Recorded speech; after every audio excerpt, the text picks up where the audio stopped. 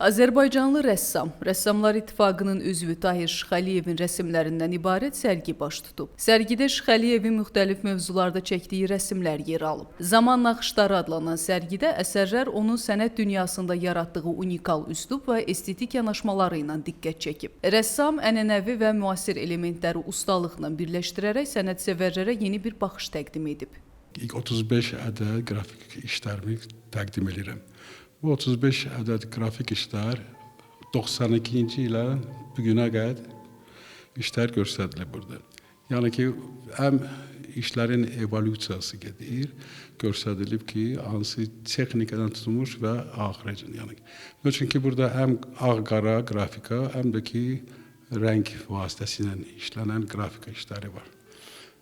Orada əsasən bizdə belə bir məna var. Şəhərin görüntüsüdür. Köhnə şəhərin görüntüsü, içəri şəhərimizin. Hər bir işdə o öz əksini tapır.